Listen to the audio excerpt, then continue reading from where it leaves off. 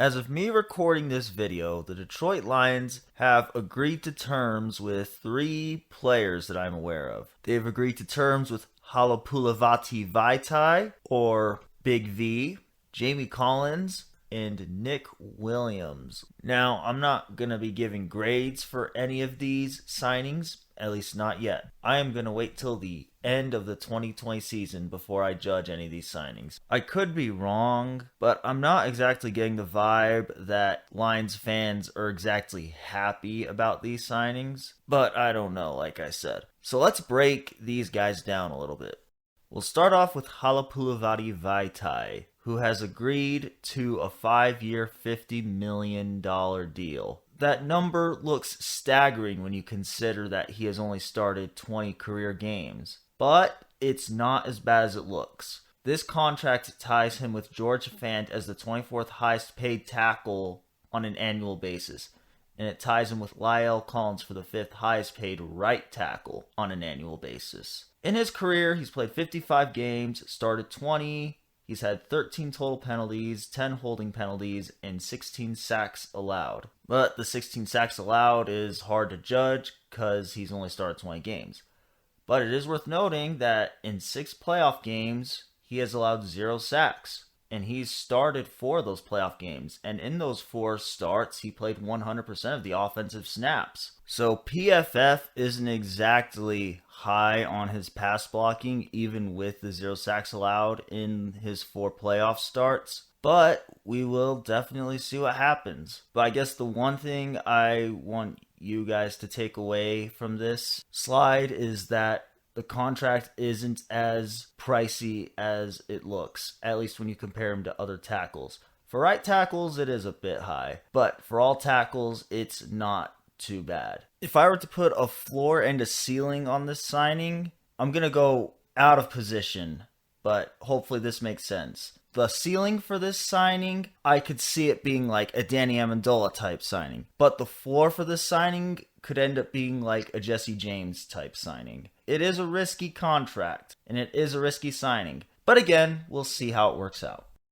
Next up, we got Jamie Collins. Now, this move just screams that we are the Detroit Patriots, or at least trying to be the Detroit Patriots. And I don't entirely disagree, but at the same time, Collins is a productive player. Even though he is getting up there in age, let's take a look at what he did in just his last 2 seasons. If I listed him as top 26 or top 11 or top anything, then that means he was tied with multiple players in that particular stat. And if I just listed him as 5th or 24th or 29th or whatever, then that means he did not tie anyone in a particular stat, and that's where he would have ranked. But in his last 2 seasons among linebackers, he has had 4 forced fumbles, which would put him top 26, 4 interceptions, which would put him 5th, 23 tackles for loss, which would put him top 11, 185 combined tackles, which would rank him 28th, 131 solo tackles, which would put him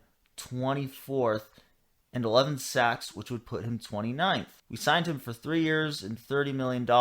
If you go just off his last 2 seasons, that's not that bad of a contract. It's okay. If we go just from 2014 to 2019 among linebackers, Collins has 16 forced fumbles, which would put him top 6, 10 interceptions, which would put him top 5, 52 tackles for loss, which would put him top 17, 356 solo tackles, which would put him 11th, 532 combined tackles, which would put him top 13, and 24.5 sacks, which would put him top 39. And even if we just go among all defensive players, from 2014 to 2019, he would have ranked top 6 in forced fumbles, top 36 in tackles for loss, top 15 in combined tackles, and he would rank 19th in solo tackles. So yeah, this move just kind of feels like we're trying to be the Patriots. But I'm fine with this signing. He's a productive player pretty much all the way across the board. I don't know if I'd call him a master at anything, but he's very solid at pretty much everything. And for $30 million for 3 years, we could do a lot worse. You can argue that we could do a lot better, but I don't know. I don't look at it like that. I think we could do much, much worse than this. I'm honestly more content than most of you would probably be with this signing. Last up, we got Nick Williams, who has agreed to terms with a 2-year, $10 million contract. And this is mostly based off of what he did in 2019, when he had 42 combined tackles, 24 solo tackles, 18 assists on tackles, 6 sacks, and 5 tackles for loss. This is pretty much the only season in which he's been even relatively productive. But it is a cheap contract, so I'm okay with the contract they handed to him. I kind of expect this signing to probably end up being the worst one, even over the Vaitai one. And I don't know if the Vaitai one's gonna be bad or good, because there's a ceiling and a floor, and it's very extreme. But with this signing, I just see more of a floor. Especially when you consider that all 6 of his sacks came in an 8-game stretch from games 2 through 9. On a per-game basis in games 2 through 9, Williams was averaging 0.75 sacks, 3 combined tackles, 1.9 solo tackles, and 1.1 assists on tackles. And then after game number 9, he kind of just fell off of a cliff. He had 0 sacks from games 10 through 16, and that's a pretty decent sample size of 7 games. He had 0 sacks. He averaged 2.6 combined tackles, 1.3 solo tackles, and 1.3 assists on tackles. His assists on tackles went up, but his sacks plummeted, and his solo tackles went down by a pretty decent margin, at least on a per game basis. This is definitely the signing that I probably expect the least out of, but at the same time, it's a cheap contract. There's not really too much to be mad about if this pans out or if it fails. Maybe for Bob Quinn's sake, it needs to pan out, and even Matt Patricia's sake, but again, we'll see what happens. So the reality is, we don't know if these are good signings or not yet, and we won't know until the end of the season. But if I had to rank these in terms of my favorite to least favorite, my favorite is Jamie Collins.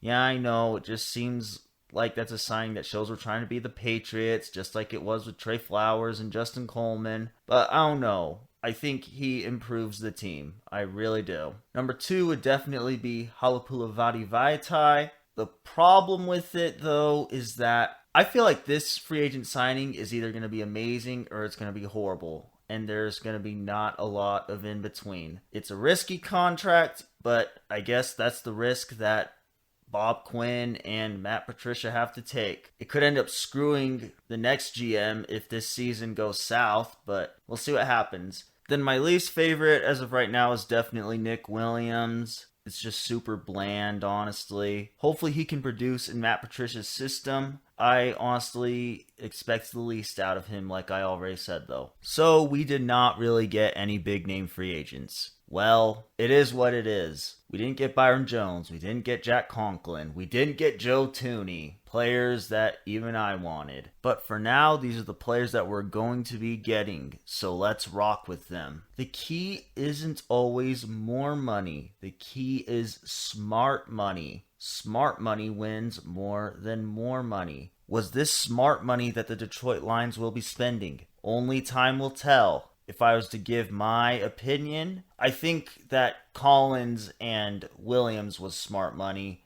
and then the Vaitai money was very risky money. But we won't know what is gold and what is trash until the end of the season. But yeah, let me know what you guys think of these signings. Do you love it, like it, hate it, or are you somewhere in between? That'll be it for this video. Thank you for watching.